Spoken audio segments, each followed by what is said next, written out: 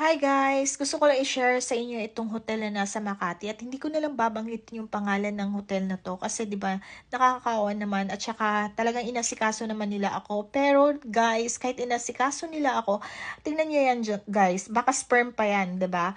So nakailang rooms din ako na pumipili ako ng mga rooms guys. Halos lahat talaga ay may mga buhok. So, hindi ko alam kung bago ba siya or dahil sa paglaba or hindi lang talaga natanggal yung mga buhok.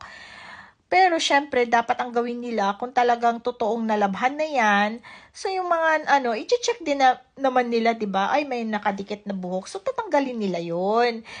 Yun na nga guys, parang grabe talaga guys, halos lahat. Kaya pag mura, what do you expect, 'di ba? Pero marami namang mura na hindi ganyan. So ganun din ba yung mga na-experience nyo?